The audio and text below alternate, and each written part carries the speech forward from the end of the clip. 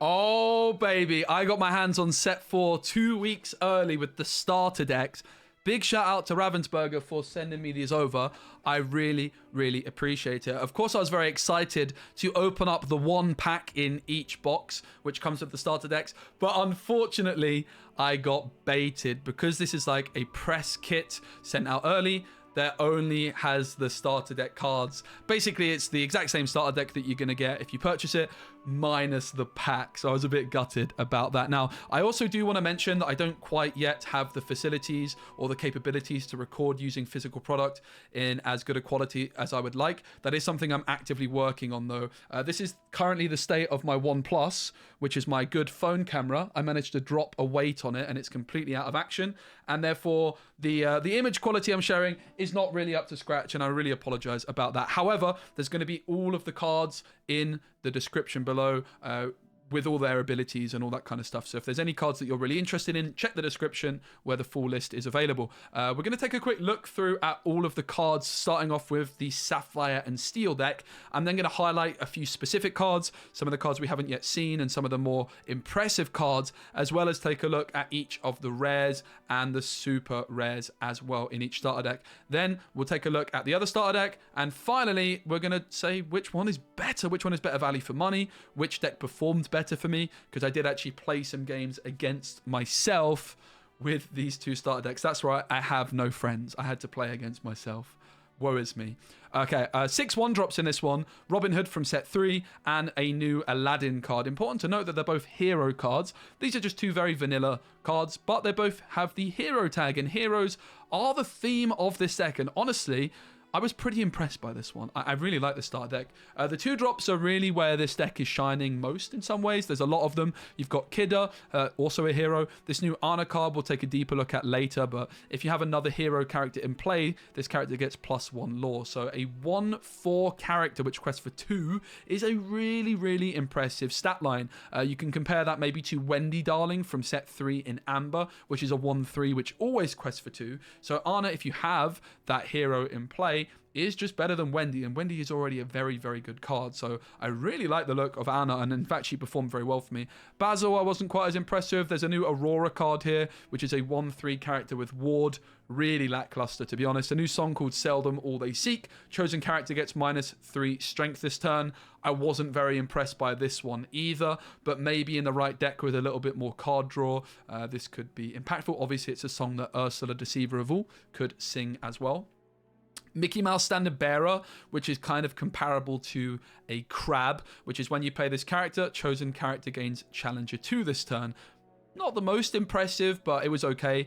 Aurora from set 1, very standard stat line, but actually performed very, very well for me with the hero tag.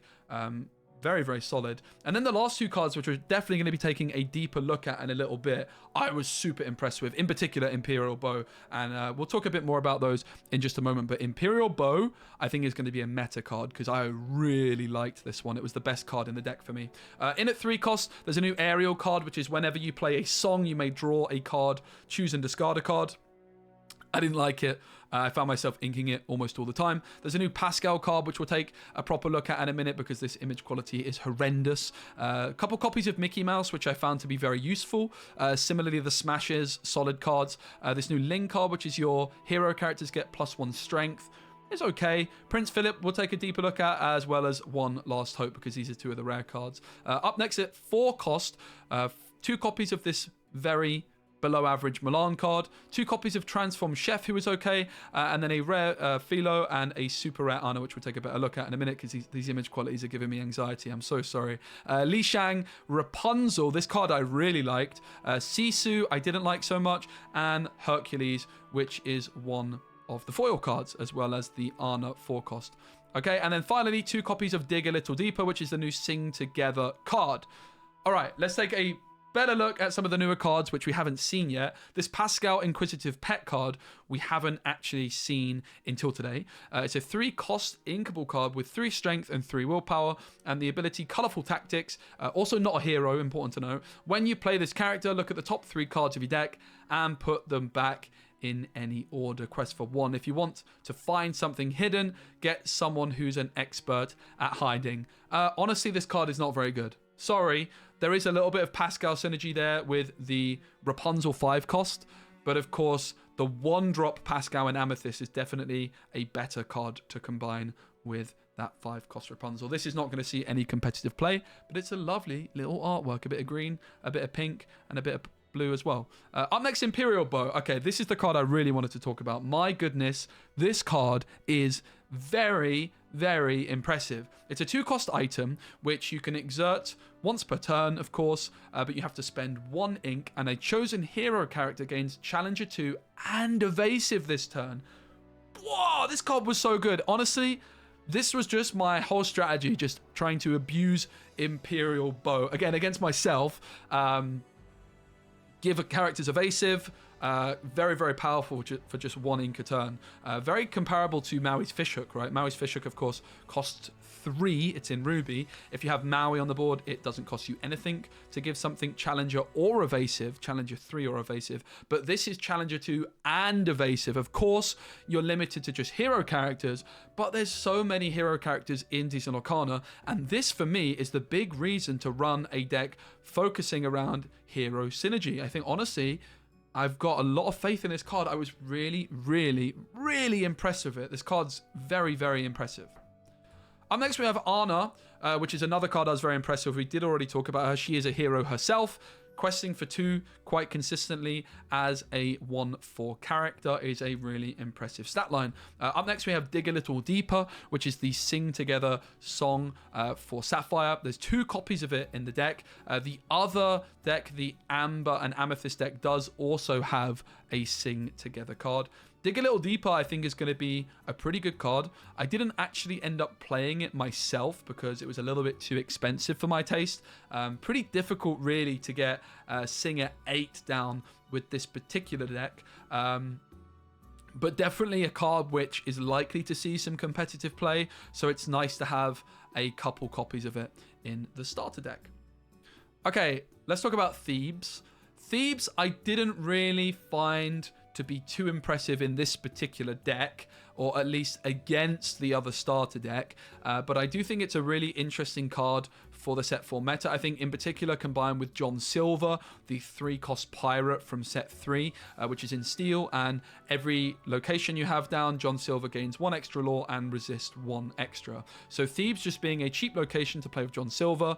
During your turn, whenever a character banishes another character in a challenge role here, gain 2 lore. I think it's a really good card, but I did find, again, my strategy more to be give my characters Evasive with Imperial Bow and just quest, rather than doing much challenging. So I didn't find Thebes to be too impactful in this deck, but I think it's a very high potential location and one that's very interesting. Okay, now let's look at all of the rare cards as well as the super rare card in this one, because these are really the cards that, if they're powerful cards, the starter deck becomes more of a worthy investment. If you're looking for just a starter deck to play as the starter deck itself, that's one thing.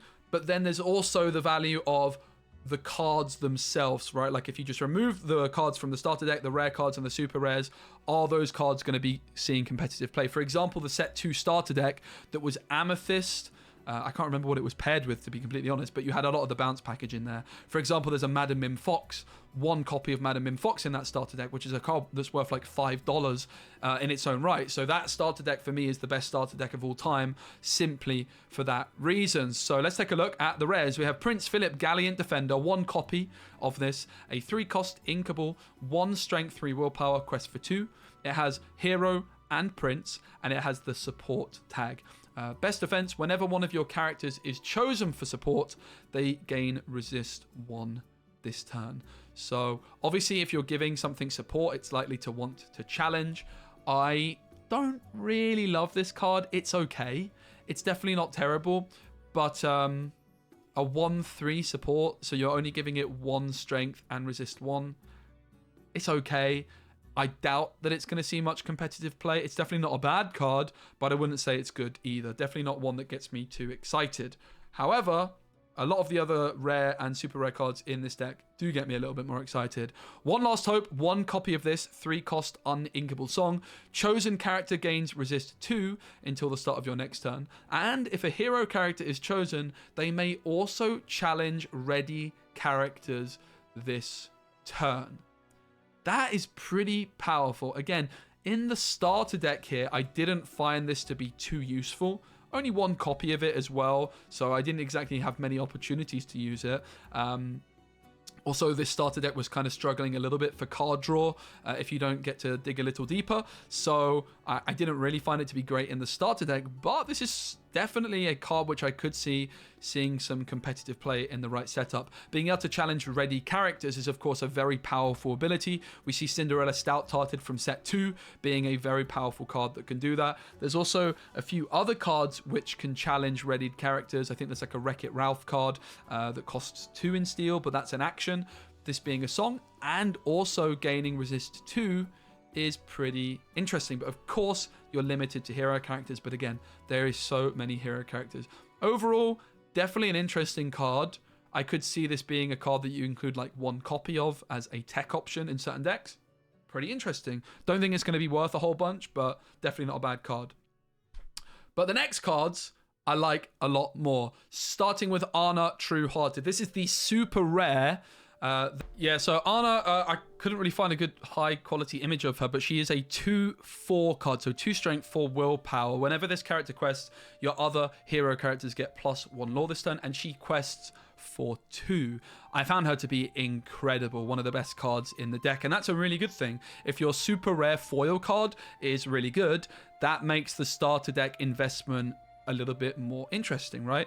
Because this is the most valuable card in theory in the deck. So this card I really did love a whole bunch. So many heroes. We saw a bunch of like those 2-drop heroes, so the deck was able to go very wide. And then Anna, once she came down, quests for 2 herself, but then was also giving me up to 2 or 3 more lore as well. And I found her to be also a really good target to give Evasive to with the bow, so then I could utilize her a lot of times. Really good card I found in this deck. Of course, the question is, how good is an all-in hero deck actually going to be? And that does remain to be seen. But I think with the bow in particular, that there is some potential. Like, Bow and Anna are really the big, impressive cards for this hero archetype. So I really like this card. Big thumbs up from me, which is obviously a big deal, as it is the super rare with a foil. Up next we have Philo, who is a 4-cost rare card, and this card I also really liked as well. Another payoff for an all-in hero archetype. 2 strength, 3 willpower, quest for 3. Your hero characters gain challenger 1, which is okay, but it was more whenever you play a hero character, gain 1 lore. That's what I more liked about this card. Pretty interesting, not quite as impressive as Anna, I have to say, but still definitely some potential there. If you've got an abundance of card draw and you just slam down a bunch of heroes on the board, Philo is going to be racking you up lore very quickly. And he can just stay ready, right? You don't actually have to quest with him until a little bit later on. You go really wide and then you quest with him. So I think this card has some potential as well. We also have Rapunzel, Appreciative Artist, another rare card I really liked. 3 strength, 5 willpower, quests for 3, and when you play this character, when you have a character named Pascal in play, this character gains ward. So definitely a Amethyst Sapphire deck with the 1-drop Pascal is probably going to be a better bet for this Rapunzel, because I think this 3-drop Sapphire Pascal we looked at is not very good. But this card, even without ward, was pretty solid. Again, a really good target to give that evasive with the bow. And imagine you've got a Pascal down on the board and Rapunzel, and then you give her evasive and she has ward and she's questing for 3 a turn. That is going to be so difficult for so many decks to deal with. And I can absolutely see a Sapphire Amethyst deck utilizing I guess you can't use the bow as well though with Pascal. Nonetheless, I like this card quite a bit. Pretty damn solid. And there's a chance we see more Sapphire or Steel Pascals in this set, because not all the cards have yet been revealed. Finally, we have Hercules, Beloved Hero, which is the foil rare card in this one. It has Bodyguard, Resist 1. This card was pretty solid. Definitely wasn't completely blown away with it. But it was solid. It was quite difficult to get to 6 ink at times with this deck, with only 2 copies of Mickey Mouse. He's definitely an interesting card. I don't know if I love it. However, he is honestly a complete unit. He essentially is a 6/6 character with this resist keyword. So very, very difficult to remove. Also questing for 2 a turn. Bodyguard. If you can get to 6 ink, he is very, very strong. So definitely not a bad card at all either. So that is the Sapphire Steel deck. Overall, I found this deck to be very promising. I found the deck to have a lot of synergies. Maybe there was a few too expensive cards in there without quite enough ramp. So often I found myself being stuck at 5 ink and then top decking cards which cost 6. Dig a little deeper also did feel a little bit clunky in this one. But I really liked the deck overall, and I think the big reason to get this one in particular is getting cards like Anna and also like these Rapunzels and Philo. I think there's definitely some potential with these cards. And also, as I mentioned as well, like the Imperial Bow, you get 3 copies of this card. Absolute belter of a card. This was definitely the star of the show for me. So I think that there's definitely some potential of a all-in hero deck being relatively competitive in set 4, and therefore I think that this is a good starter deck to purchase if you're interested in that kind of deck. All right, now let's look at the Amber and Amethyst deck, which focuses around the Encanto characters, or Encanto. I actually watched the film in preparation for this. Look at me, I'm doing all my research. So I've got some pretty, I know the lore in this one. Starting off with the terrible image quality again, which is giving me anxiety. We have 2 copies of Healing Glow. Mate, what a terrible card. That's a bummer. Augustine Madrigal, which is just a standard 2/2 1-drop, but also 3 copies of Casa Madrigal, which we'll take a closer look at, which I quite liked and I think could be a solid card. Up next, we have 2 copies of a standard stat line Stitch, 3 copies of that, in fact. 2 copies of Sebastian, 3 copies of Mirabelle, 2 copies of Hey Hey, which I actually found to be one of the higher performing cards in this deck because it's lacking a little bit of card draw. Just having Hey Hey down on the board to challenge and remove stuff like those Auroras that the other deck had, for example, and then just be able to come back into my hand. Hey Hey performed really well for me in this deck. And 2 copies of Poor Unfortunate Souls. We'll take a close look at that. A bunch of 3-drops in here. A lot of them very standard and unimpressive. Like this Marshmallow card I found to be terrible as an uninkable. Julieta, definitely a very solid card, and we'll take a closer look at her in a minute. Quite a few 4-drops as well. 1 copy of this Ariel, which is a Singer 7 card, which again we'll take a closer look at. And then quite a lot of these Madrigal characters are pretty solid, but also like this Lost in the Woods card, the Mickey Mouse I found and the Luisa Madrigal I found to be incredibly lackluster. In at 5, you've got a bunch of Madrigal characters: Isabella, Bruno, Mirabelle, and Pepper. In at 6, TikTok, which I don't think is a very good card, but did win me a couple of games because I was trying to abuse the Bow and Evasive. TikTok was really the only way of this deck dealing with those evasive characters, and therefore it actually was a huge card for me to win some games. And finally, the 7-cost Sing Together card, which is Look at This Family, and this is a banger of a card. Really, really strong. So let's take a closer look at some of those decks, because I just don't want to spend any cards. I don't want to spend any longer looking at those terrible images. I really never want to post a video with such bad image quality ever again, so my apologies again. 1 cost location. At the start of your turn, if you have a character here, gain 1 lore. A little bit clunky. You don't really want to play this on turn 1 in my experience, because you play this on turn 1, and then on turn 2 you could play another 1-drop and move it in, and then it's not until turn 3 you would gain any lore from this, which gives your opponent 2 turns potentially to remove this. However, if you play this and you have an abundance of cards in hand, if you play this down on like turn 3, for example, move a character in there, it can be pretty good. It is not really easy to remove for the other starter deck, having 6 strength. I found myself, when I was playing the opposing starter deck, just leaving Casa Madrigal where it was on the board, and therefore it just ended up racking up some lore potentially. But definitely an interesting card. I didn't find it to perform amazingly well in particular, but it's definitely a really interesting card for the set, and I think it could see some competitive play in the right setup. Up next, we have this song card, which is this is a higher quality image of it, and it's in Italian, which I've only just realized. But this song card is definitely got potential. In this deck, I found it to be pretty weak because it doesn't replace itself, but it basically can bounce back a character, an item, or a location with 2 cost or less into your opponent's hand. I think this card could see some competitive play in an Amethyst Emerald deck with Ursula, Deceiver of All being able to sing it, but outside of that, I found it to be pretty lackluster. Yulia to Madrigal is definitely not an amazing card, but I did find her to be one of the higher performing cards in this deck, just as a way of drawing cards, and also the healing did be pretty relevant and actually pretty powerful. So this card I really liked quite a lot, kind of like a budget version of Rapunzel. Camillo Madrigal I also found to be pretty solid. Being able to quest for 2 or have Challenger 4 was a nice little bit of flexibility for the shape-shifting Camillo. And then let's take a look at the rares and super rares, starting off with Pepper Madrigal, the Weather Maker. When you play this character, you may exert chosen opposing character. That character can't ready at the start of their next turn unless they're at a location. This card, bit awkward, but honestly, I liked it. I actually liked it quite a lot.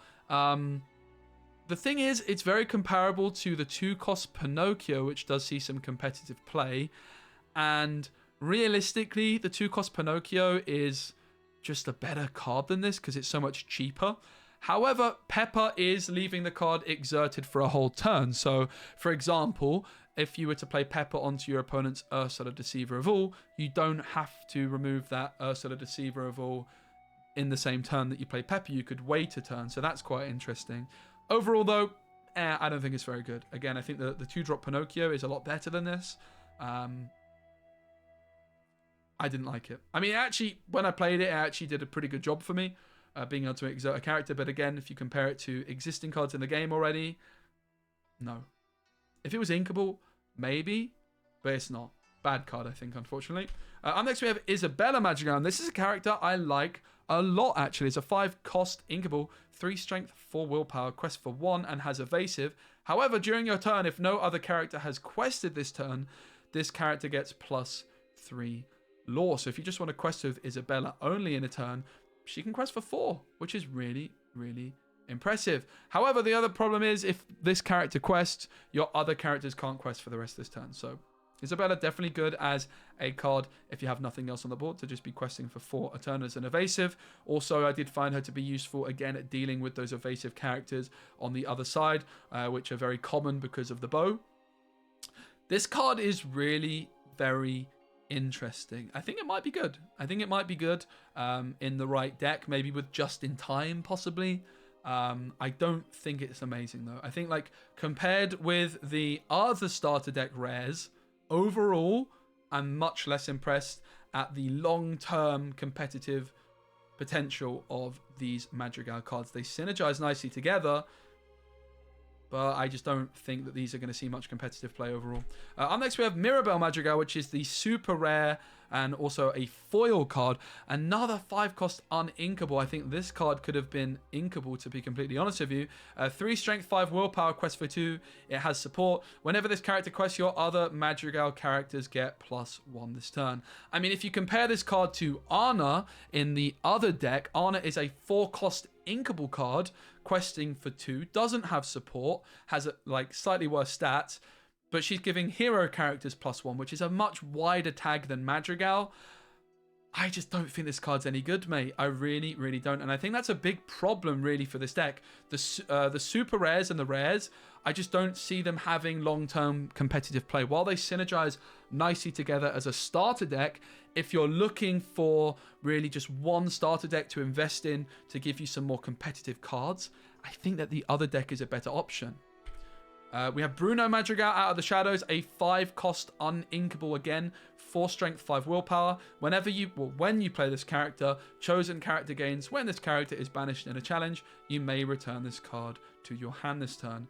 This card's interesting. You could definitely get some GOAT value with this, for example. Like you could play your GOAT on 4, Bruno on 5, challenge the GOAT into something, sacrificing it. Maybe you trade GOAT for a min, and then that GOAT, rather than leaving the battlefield, comes back into your hand, ready to be played again down the line. And of course, when the GOAT leaves the battlefield, you still get that extra lore. Overall, I was very unimpressed by Bruno, and I don't think it will see any competitive play, unfortunately.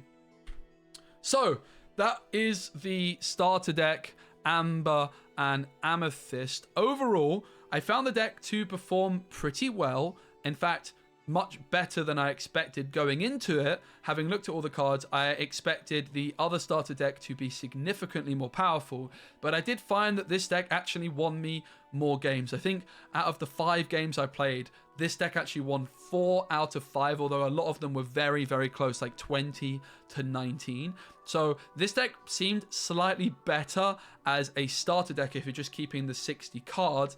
However, overall, I just don't think that these rare cards are going to see any competitive play at all. Outside, maybe Isabella could sneak into some decks. Possibly.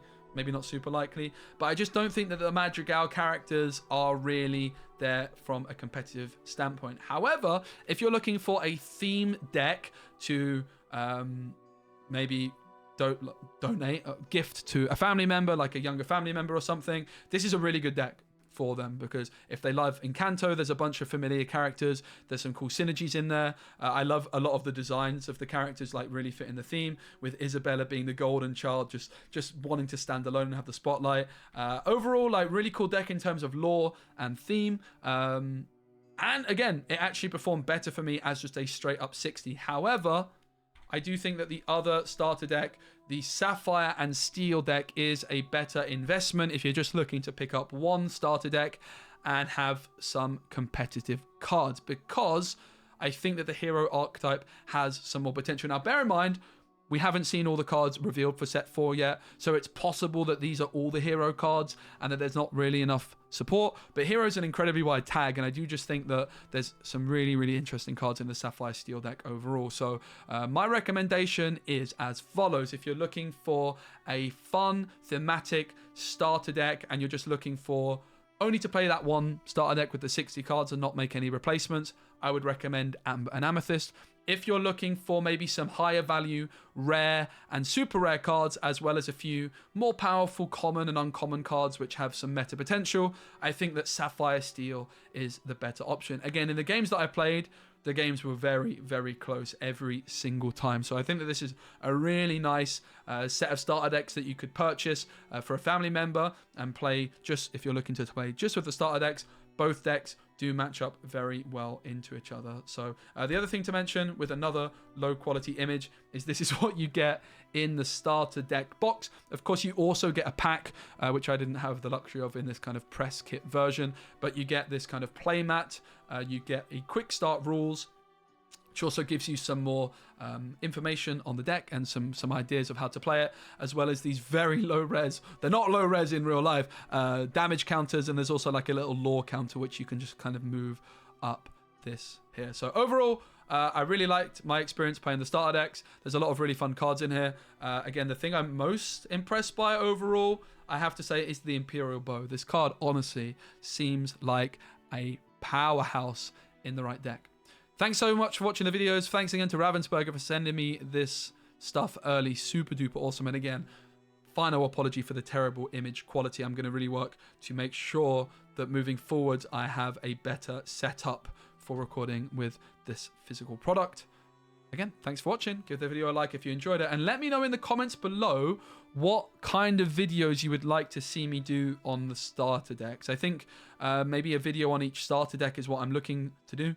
A deck guide with also like kind of an upgrade path of the kind of cards that you could remove and add in to improve the deck. All right, thanks so much for watching. Bye now. Cheers.